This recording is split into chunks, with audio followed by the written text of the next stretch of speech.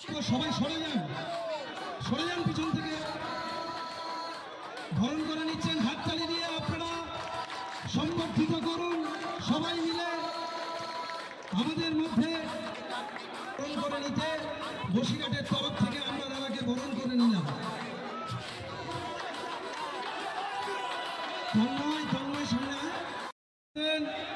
ঘাটাল লোকসভা কেন্দ্রের আমাদের অত্যন্ত প্রিয়, আমাদের দলের একনিষ্ঠ সৈনিক, আমাদের অত্যন্ত কাছের মানুষ, প্রাণের মানুষ দেব অধিকার, তাকে সম্বর্ধিত করার জন্য আপনাদের মধ্যে উপস্থিত হয়েছেন। আমাদের প্রিয় প্রার্থীও আছে। আমি দেবতাকে বলবো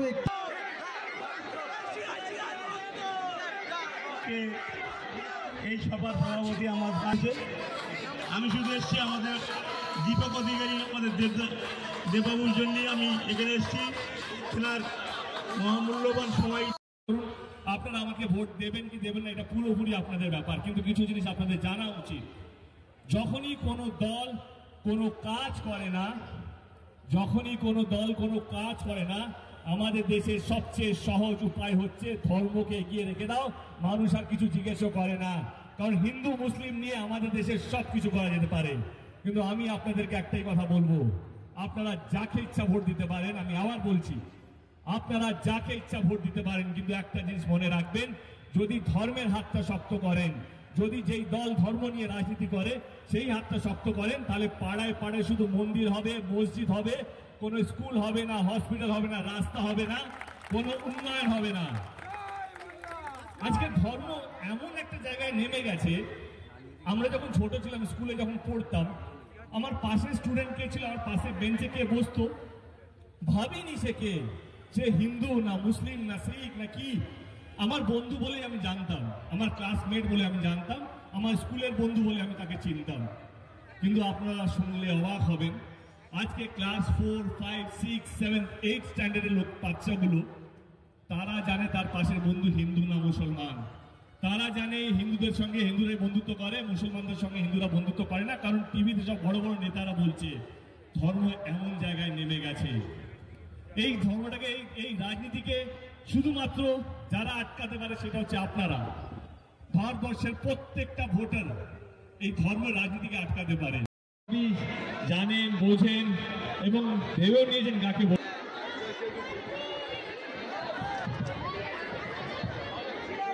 আপনাদেরকে জোর করতে আসেনি যে আপনারা আমার প্রার্থী বাবা ফলকে ভোট দেবেন। এটা আপনাদের গণতান্ত্রিক অধিকার। আপনারা যাকে ইচ্ছা ভোট দিতে পারেন, কিন্তু হ্যাঁ, দেবার আগে ভাববেন সেই দল, সেই প্রার্থী, তার দলের কর্মীরা সত্যি কি আপনাদের পাশে ছিল?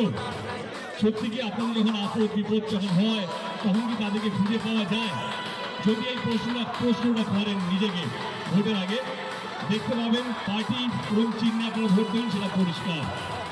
আমি গত 10 বছর ধরে রাজনীতি করছি, কোনোদিন আমি আজ অব্দি 10 বছরে জোর করে গিয়ে আমি গেছি বলে আপনারা ভোট দিতে হবে না। এটা আপনার গণতান্ত্রিক অধিকার, আমারও গণতান্ত্রিক অধিকার, আমি যাকে ইচ্ছা ভোট দিতে পারবো। কিন্তু যেটা বললাম, কোন দলের প্রার্থী এবং তাদের কর্মীরা যে সবচেয়ে খারাপ সময় আপনাদের পাশে ছিল কিনা, আপনাদের বাড়ির সামনে রাস্তা হয়েছে কিনা, আপনাদের কি বলবো, মানে ওনারা যদি 2014-তে যেতেন তাহলে গ্যাসের সিলিন্ডারের দাম হবে 400 টাকা। আজকে 10 বছর পর সেই গ্যাস সিলিন্ডারের দাম হচ্ছে 1200 টাকা। ওনারা কথা দিয়েছিলেন যে ডিজেল এবং পেট্রোলের দাম হবে 40 টাকা এবং 50 টাকা করে। আজকে সেই ডিজেল এবং পেট্রোলের দাম আপনারা সবাই জানেন সেঞ্চুরি ছাড়িয়ে গেছে, 100 টাকা এবং 110 টাকা। এবং সেই দলের যদি নেতারা যদি বলে এই লক্ষ্মীর ভান্ডারটা ঢপের ভান্ডার, এই প্রতিশ্রুতি, বসো না, কি হয়েছে, বসো, এই লক্ষ্মীর ভান্ডারটা ঢপের ভান্ডার, তা ওনারা ভুল কিছু বলছিলেন না। কারণ ওনারা নিজের অভিজ্ঞতা থেকে বলছিলেন যে ওনাদের দল তো কথা দিয়ে কথা রাখে না। তৃণমূল কংগ্রেসও সেরকমই একটা দল যে কথা দিয়ে কথা রাখে না। কিন্তু না, আপনারা বিশ্বাস করেছিলেন, বাংলার প্রত্যেকটা মানুষ বিশ্বাস করেছিল এবং জীবনে প্রথমবার তৃণমূল কংগ্রেস 200টার বেশি আসন পেয়েছিল এবং সবাই চমকে গেছিল কি এতগুলো সিট কি করে পেল। অন্য দলরা হয়তো ঘুমোতো, এতগুলো বেশি সিট পেয়ে গেছে, আর কোনো প্রতিশ্রুতি রাখার দরকার নেই, মানুষ এমনি আমাদের সঙ্গে আছে। কিন্তু সেখানেই আমাদের নেত্রী, আমাদের মমতা ব্যানার্জি আলাদা অন্যান্য বড় বড় নেতাদের থেকে তৃতীয়বারের শপথ নেবার সঙ্গে সঙ্গে 6 মাসের মধ্যে, আবার বলছি তৃতীয়বারের শপথ নেবার 6 মাসের মধ্যে এই লক্ষ্মীর ভান্ডার প্রকল্পটা বাস্তবিক হয়েছিল। যেই লক্ষ্মীর ভান্ডারকে বলেছিল এই ঢপের ভান্ডার, এটা দেশে সম্ভব না, সেই অসম্ভব কাজটাকে সম্ভব করে দেখালো। তার নাম হচ্ছে মমতা ব্যানার্জি, যিনি কথা দিয়ে ভোটে জিতে এবং কথা রাখতে জানে। এবং যেই লক্ষ্মীর ভান্ডারটা 500 টাকা দিয়ে শুরু হয়েছিল, যেই লক্ষ্মীর ভান্ডারটা 500 টাকা দিয়ে শুরু হয়েছিল, আজকে সেই লক্ষ্মীর ভান্ডার 1000 টাকা এবং 1200 টাকা করে দেওয়া হচ্ছে। তাহলে আপনারা কাকে বিশ্বাস করবেন? কোন দলকে বিশ্বাস করবেন? কোন নেতাকে, কোন নেত্রীকে বিশ্বাস করবেন? সহজ অঙ্ক, এটার মধ্যে রকেট সায়েন্স নেই, এটার মধ্যে অনেকগুলো ক্যালকুলেশন আছে, অঙ্কগুলো করতে হবে না। না না না না, একটা দল মঞ্চে উঠেছে, মাইক ধরেছে, ভোটের আগে কথা দিয়েছে এবং জেতার পর সেই সমস্ত কথাগুলো রেখেছে। আজকে যে স্বাস্থ্যসাথী কার্ড নিয়ে আমরা যে বলছিলাম, দুটো প্রকল্পের মধ্যে একটা প্রকল্প এটাও। আজকে গরিব মানুষদেরকে যদি বড় অপারেশন করতে হয় সরকারি হসপিটালে 2 মাস 3 মাস লেগে যায় অ্যাপয়েন্টমেন্ট পেতে, কিন্তু তাদের পাশে আমাদের নেত্রী, আমাদের সরকার ছিল। আজকে গরিব মানুষ যাদের কাছে সেই টাকা নেই প্রাইভেট হসপিটালে চিকিৎসা করানোর জন্য, আজকে তার কাছে 5 লক্ষ টাকার বীমা আছে রাজ্য সরকারের, সে যে কোনো প্রাইভেট হসপিটালে নিজের মতো করে চিকিৎসা করাতে পারে। সেইটার নাম হচ্ছে মমতা ব্যানার্জি, যে কথা দিয়ে আমি আমার ভোট এমন একজন মানুষকে দিতে চাই, এমন একজন দলকে জিতে চাই, সে আমাকে জিজ্ঞেস করবে না আমি হিন্দু না আমি মুসলমান, সে আমাকে দেখাবে কি আমি ভারতীয়, প্রথমে আমার দেশটা এগিয়ে যাবে, আমার দেশটা এগিয়ে যাক, তার জন্য আমি আমার ভোটটা দিচ্ছি। আমি হিন্দু বলে ভোট দেব না, আমি মুসলমান বলে ভোট দেব না, আমার দেশটাকে এগিয়ে নিয়ে যেতে হবে, তার জন্য আমি আমার ভোটটা দেব। আমাদের দলে হিন্দু মুসলিম করে না, তার সবচেয়ে বড় প্রমাণ হলো এই লক্ষ্মীর ভান্ডারটা কোনোদিনও নেত্রী বলেনি, কোনোদিনও মমতা ব্যানার্জি বা কোনোদিনও অভিষেক বলেনি এই লক্ষ্মীর ভান্ডারটা শুধুমাত্র হিন্দুদের জন্য, বা সবুজ সাথী প্রকল্পটা এটা মুসলমানদের জন্য, বা এই প্রকল্পটা এই হিন্দু, এই প্রকল্পটা এই মুসলমান। না না না, বাংলায় আমাদের সরকারের সমস্ত প্রকল্প বাংলার প্রত্যেকটা মানুষের জন্য। সে হিন্দু হতে পারে, মুসলমান হতে পারে, যে কোনো ধর্মের হতে পারে, আমাদের প্রকল্পটা প্রত্যেকটা বাংলার মানুষের জন্য।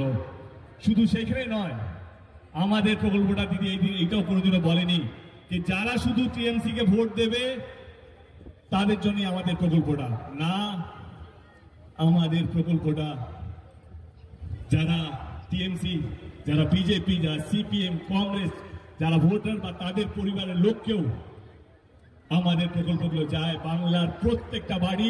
সে বিজেপি সাপোর্টার হতে পারে, টিএমসি বা সিপিএম সাপোর্টার হতে পারে, বা কংগ্রেস সাপোর্টার হতে পারে, বাংলার প্রত্যেকটা বাড়িতে রাজ্য সরকারের কোনো না কোনো প্রকল্প যাচ্ছে। এইটাই তো একটা দলের কাজ, সমস্ত মানুষকে আগলে রাখা। এটাই তো একটা দলের কাজ। তোমাকে আগে জিজ্ঞেস করবে না তুমি হিন্দু না মুসলমান, তুমি আমার বাংলার মানুষ। এটাই তো একটা দলের কাজ, সব দলকে, সমস্ত ধর্মকে আগলে রাখা এবং ভালো রাখা, এটাই একটা দলের কাজ। আমি আপনাদেরকে রাজনীতি বোঝাতে আসিনি, সেই ক্ষমতাও আমার নেই। আপনারা আমার চেয়ে অনেক বেশি রাজনীতি বোঝেন। আমি এটুকু বলবো যে 1 জুন আপনাদের এখানে নির্বাচন, ভোট দেওয়ার আগে একবার ভাববেন আপনি ভারতীয় প্রথমে, তারপর আমি হিন্দু না, তারপর আমি মুসলমান। দেশটা এগিয়ে গেলে বিশ্বাস করুন এই দেশের প্রত্যেকটা মানুষ এগিয়ে যাবে। সে হিন্দু, মুসলমান, খ্রিস্টান, যেই ধর্মে হোক না কেন, আমরা সবাই এগিয়ে যাব। 1 জুন নির্বাচন, যদি আপনাদের মনে হয় আমার দল এবং আমার দলের যিনি প্রার্থী আছেন, যদি আপনাদের মনে হয় আমাদের দল এবং আমাদের প্রার্থী এবং আমার দলের প্রত্যেকটা কর্মীরা জীবন দিয়ে আপনাদেরকে আগলে রেখেছে, জীবন দিয়ে আপনাদের কাছে থেকেছে, জীবন দিয়ে আপনাদেরকে ভালো রাখার চেষ্টা করেছে, তাহলে ইভিএম মেশিনে কত নম্বর ভুলে গেল? কারেক্ট, 4 নম্বর ইভিএম মেশিনে বাটন টিপে আপনাদের ভালোবাসা, আপনাদের আশীর্বাদ, আপনাদের দোয়ার মাধ্যমে আমাদের প্রার্থীকে বিপুল ভোটে জয়যুক্ত করবেন। অনেকটা সময় নিলাম, আবার বলছি আজকে শেষ দিন, সব যাও আজকে শেষ দিন। সবাই সরে যান পিছন থেকে, ধরণ করে নিচ্ছেন, হাততালি দিয়ে আপনারা সম্বর্ধিত করুন সবাই মিলে। বসিরহাটের তরফ থেকে আমরা দাদাকে বরণ করে নিলাম। তন্ময় সামনে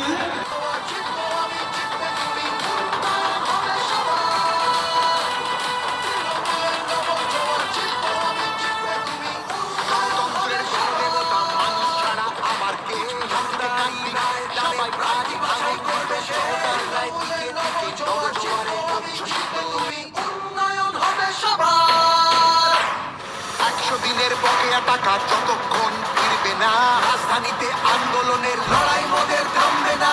তৃণমূলের নব জোয়ার জিতবো আমি।